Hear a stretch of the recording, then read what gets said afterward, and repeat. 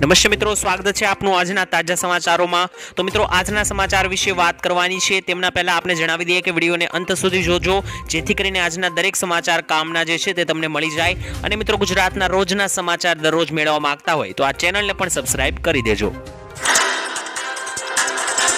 तो मित्रों, आजना प्रथम समाचार ने लईने बात करिए तो विद्यार्थीओ माटे 50,000 रूपिया सुधीनी सहाय सरकार द्वारा ज बहार पाडवामां आवी छे। मित्रों, बजेटनी अंदर पण आनो उल्लेख करवामां आव्यो हतो नमो लक्ष्मी योजनामां।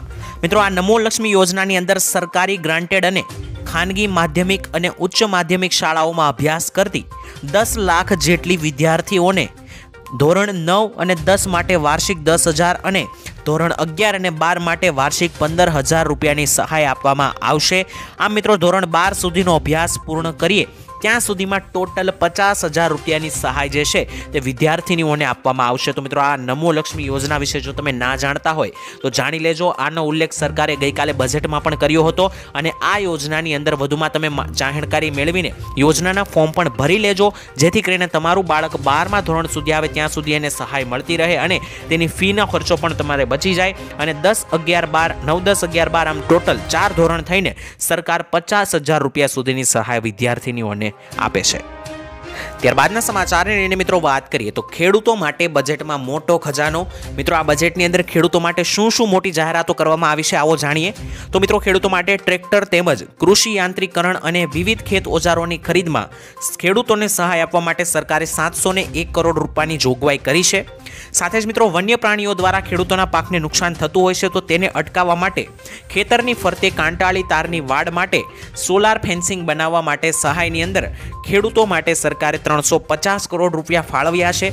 સાથે જ મિત્રો, કૃષિ ક્ષેત્રે અદ્યતન ડ્રોન ટેકનોલોજીને પ્રોત્સાહન આપવા માટે તેમજ દાણાદાર યુરિયાના વિકલ્પ સ્વરૂપે જમીન સ્વાસ્થ્ય જળવાય તે માટેના હેતુથી નેનો યુરિયાનો ઉપયોગ વધારવા માટે સરકારે ટોટલ 56 કરોડ રૂપિયા ફાળવ્યા છે ખેડૂતો માટે।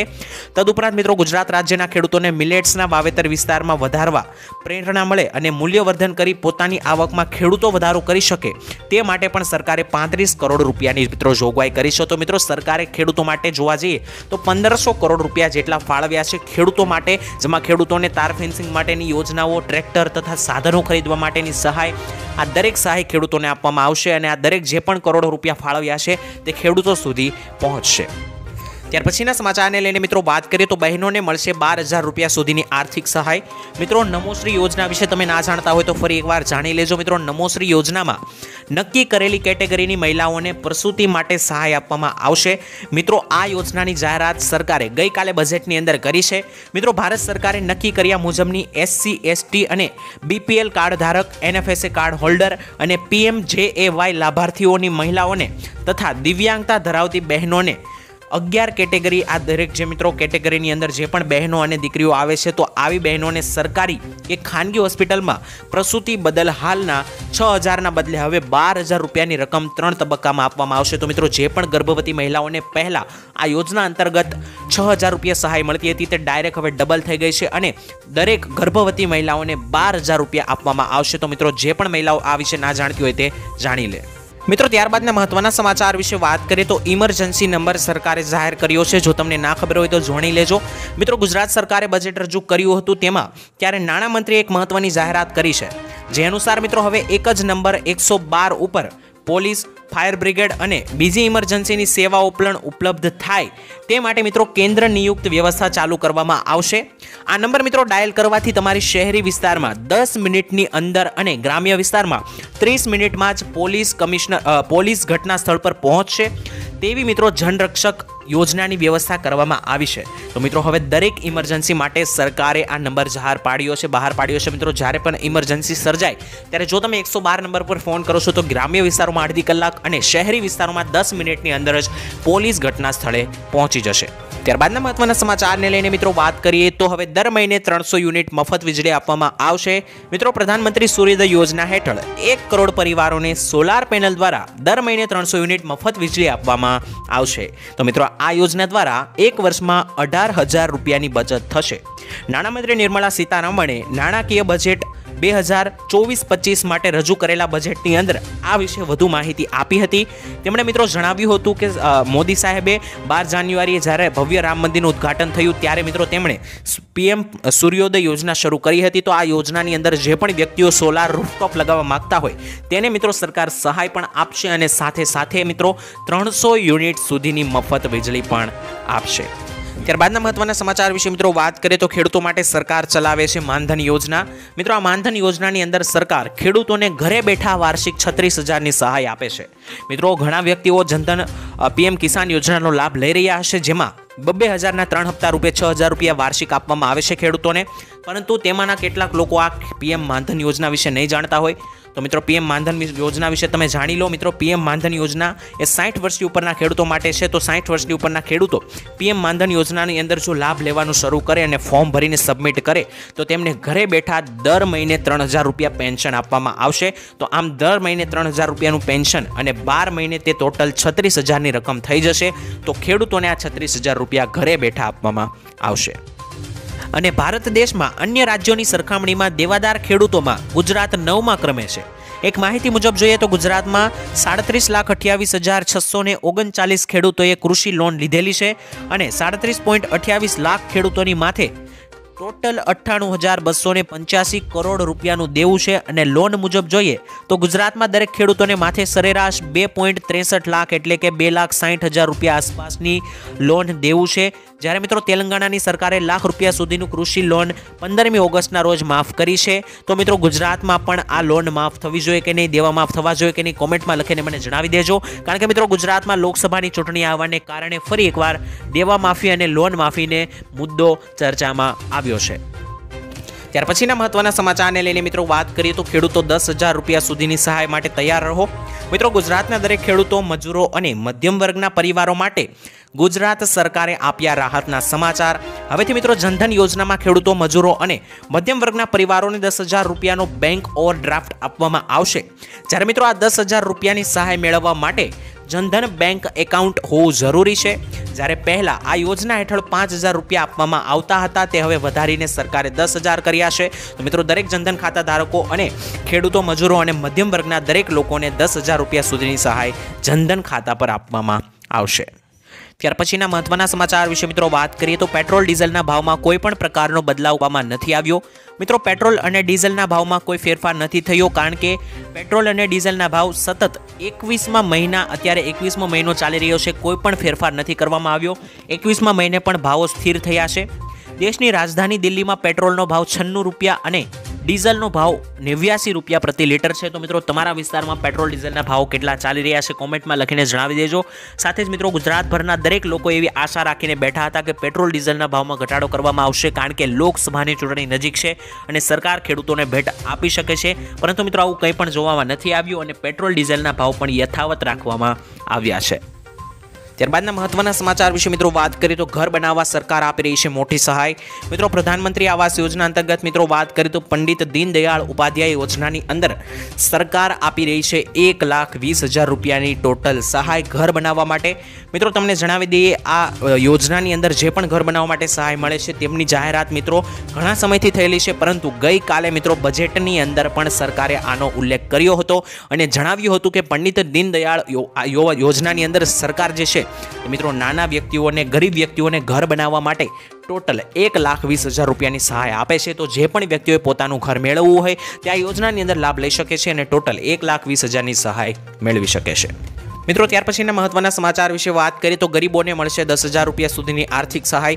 મિત્રો ગરીબ પરિવારો અને નાના ખેડૂતોને માત્ર આધાર કાર્ડના પુરાવા સાથે જ 10,000 રૂપિયા બેંકમાંથી આપવામાં આવશે। મિત્રો પીએમ સ્વનિધિ યોજના હેઠળ પોતાના વ્યવસાયના ઉપયોગ માટે પહેલા વર્ષે 10,000 અને બીજા વર્ષે 20,000 રૂપિયા સુધીની લોન સરકારી બેંકમાંથી આપવામાં આવશે। જ્યારે મિત્રો સરકારનો આ યોજના ચલાવવાનો મુખ્ય હેતુ એ છે કે નાના પરિવારો આગળ આવી શકે અને મિત્રો પ્રગતિ કરી શકે, સદ્ધર બની શકે, તે માટે સરકાર જે છે તે આ 10,000ની સહાય આપે છે। બજેટમાં મિત્રો આગળ વાત કરીએ તો રાજ્યમાં આરોગ્ય સુવિધા વધારવા પર પણ ભાર મૂકવામાં આવ્યો છે। બજેટની અંદર એમ્બ્યુલન્સ સુવિધા વધુ સુદૃઢ કરવા માટે 319 નવી એમ્બ્યુલન્સ ખરીદવામાં આવશે, જે અંતર્ગત મિત્રો 76 કરોડ રૂપિયાની ફાળવણી કરવામાં આવી છે। અમદાવાદ અને સુરત જિલ્લામાં અદ્યતન હોસ્પિટલો બનાવવામાં આવશે.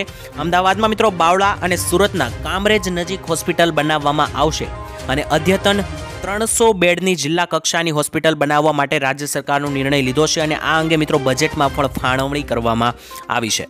ત્યાર પછીના સમાચાર વિશે મિત્રો વાત કરીએ તો ગઈકાલે જે રાષ્ટ્રનું બજેટ બહાર પડ્યું ત્યારબાદ મિત્રો અનેક નેતાઓના નિવેદન આવી રહ્યા હતા. તેમાંથી મિત્રો એમપીના પૂર્વ સીએમ કમલનાથ જે કોંગ્રેસના મંત્રી હતા તેમણે મિત્રો જણાવ્યું છે કે તેમણે મિત્રો એક દુહો શેર કરીને વચગાળાના બજેટની પ્રતિક્રિયા આપી છે. તેમણે મિત્રો કહ્યું કે બડા હુઆ તો ક્યા હુઆ, જૈસે પેડ ખજૂર, છાયા નહીં ફલ લાગે અતિ દૂર. એટલે કે મિત્રો બજેટની સ્થિતિ પણ આવી જ છે. મોદી સરકારે 2022માંથી કહ્યું હતું કે 2022 સુધીમાં ખેડૂતોની આવક બમણી કરી દઈશું, પરંતુ મિત્રો મોદી સરકાર આ અંગે કરી નથી શકી. એટલે કે ખેડૂતોની આવક બમણી નથી થઈ, પરંતુ ખેડૂતોની આવક અડધી જરૂર થઈ છે. પ્રધાનમંત્રી દ્વારા મિત્રો 2 કરોડ નોકરીઓ આપવાના વાયદા પર પણ નાણામંત્રીએ કહ્યું કે પ્રધાનમંત્રીએ આ અંગે પણ કશું કર્યું નથી અને આ બજેટ નથી, માત્ર બકવાસ છે, તેવું મિત્રો કોંગ્રેસના મંત્રી કમલનાથે જણાવ્યું હતું ગઈકાલના રાષ્ટ્રીય બજેટની ઉપર. ત્યારબાદ મિત્રો કૃષિ મંત્રીને લઈને મોટી વાત કરીએ તો ખેડૂતો માટે કૃષિ મંત્રીએ મોટી જાહેરાત કરી આપી છે. મિત્રો ખેડૂતો પાસેથી સરકાર તુવેર, ચણા અને રાયડાની ટેકાના ભાવે ખરીદી કરશે તેમ મિત્રો કૃષિ મંત્રી રાઘવજીભાઈ પટેલે જણાવ્યું. તેમજ મિત્રો કૃષિ મંત્રી રાઘવજીભાઈ પટેલે જણાવ્યું હતું કે રાજ્યના ખેડૂતોને તેમની ઉપજના પોષણક્ષમ ભાવ મળી રહે, એટલે કે તેમની જે પણ નિપજ ખેતરમાં ઉગે છે તેમના યોગ્ય ભાવ મળી રહે તે માટે મિત્રો સરકાર આગળ આવશે અને આર્થિક રક્ષણ પણ મળી રહે તે માટે મુખ્યમંત્રી ભૂપેન્દ્રભાઈ પટેલના માર્ગદર્શન હેઠળ સરકાર દ્વારા તુવેર, ચણા અને રાયડાના પાકોની ટેકાના ભાવે ખરીદી કરવાનું આયોજન કરવામાં આવ્યું છે. તો મિત્રો કુલ વાવેતર વિસ્તાર અને ઉત્પાદનને ધ્યાનમાં રાખીને ખેડૂતો પાસેથી પૂરતા પ્રમાણમાં ખરીદી કરવામાં આવશે અને મિત્રો આ માટે રાજ્ય સરકાર દ્વારા આગોતરું આયોજન પણ કરાશે. તો મિત્રો ત્યાર પછીના સમાચાર વિશે વાત કરીએ તો 1 ફેબ્રુઆરીએ ગેસના સિલિન્ડરના નવા ભાવો જાહેર થયા છે. મિત્રો તમને જણાવી દીધું દર મહિનાની 1 તારીખે નવા ગેસના ભાવો રિલીઝ થતા હોય છે. તો મિત્રો ફરી એકવાર આજે એક નવા ગેસ સિલિન્ડરના ભાવો રજૂ થયા છે. તો મિત્રો અત્યારે લગ્નની સિઝનમાં વધતી માંગ અને આંતરરાષ્ટ્રીય બજારમાં અસરગ્રસ્ત કિંમતોને કારણે આજે એલપીજી ગેસ સિલિન્ડરની કિંમતમાં 14 રૂપિયાનો વધારો કરવામાં આવ્યો છે. જોકે મિત્રો આ વધારો 19 કિલોગ્રામના કોમર્શિયલ સિલિન્ડર પર થયો છે. ઘરેલું એલપીજી ગેસ સિલિન્ડરની કિંમતમાં કોઈ પણ પ્રકારનો ફેરફાર કરવામાં નથી આવ્યો. 919 રૂપિયા આજુબાજુ જે મિત્રો ચાલી રહ્યા હતા ગયા મહિનાની અંદર તે જ ભાવ યથાવત રહેશે. મિત્રો તમને જણાવી દઈએ ઘણી મહિલાઓ અને કેટલાક ખેડૂતો એવી આશા લગાવીને બેઠા હતા કે ગેસ સિલિન્ડરના ભાવની અંદર ઘટાડો કરવામાં આવશે, કારણ કે આવનારી લોકસભાની ચૂંટણી નજીક છે, તેને ધ્યાનમાં રાખીને ગેસની અંદર ભાવ ઘટાડો કરવામાં આવશે. પરંતુ મિત્રો આવું કંઈ પણ જોવા નથી મળ્યું. ઘરેલું ગેસ સિલિન્ડરના ભાવ જેવા હતા તેમના તેમ યથાવત રહેશે. ત્યારબાદ મિત્રો આપણે વાત કરીએ કે શું સસ્તું થયું અને શું મોંઘું થયું. તો મિત્રો આ વખતે સરકારે મોબાઈલ ફોનમાં વપરાતા કેટલાક સ્પેર પાર્ટ પર કસ્ટમ ડ્યુટી ઘટાડી દીધી છે, જેના કારણે મિત્રો આવનારા દિવસોમાં મોબાઈલ ફોન ખરીદવો સસ્તો થઈ જશે અને મોબાઈલ ફોન એકદમ સસ્તા થઈ જશે. બીજી બાજુ મિત્રો જોઈએ તો સોના અને ચાંદીની ખરીદી મોંઘી થઈ શકે છે, કારણ કે સરકારે સોના અને ચાંદી પર ડ્યુટી વધારી દીધી છે, એટલે કે મિત્રો કસ્ટમ ડ્યુટી વધારી છે, જેથી કરીને સોના ચાંદીમાં ભરપૂર ભાવમાં વધારો થશે અને બીજી બાજુ મોબાઈલ ફોનની અંદર ડ્યુટી ઘટાડવામાં આવી છે, જેને લઈને મોબાઈલ ફોન સસ્તા થશે. ત્યારબાદના સમાચાર વિશે મિત્રો જોઈએ તો પાક ધિરાણ લોન અંગે મોટી જાહેરાત કરવામાં આવી છે. મિત્રો ગુજરાતના દરેક ખેડૂતો માટે પાક ધિરાણ લોનને લઈને આવ્યા મહત્વના સમાચાર. ખાસ મિત્રો ખેડૂતોએ લીધેલી લોનની નવા જૂની કરવા માટે ખેડૂતો પાસેથી કેશ પેમેન્ટ માંગવાની બદલે ડાયરેક્ટ બેંકમાંથી ઓટો રિન્યુ કરી આપવામાં આવે તેવી માંગ ખેડૂતો દ્વારા કરવામાં આવી છે.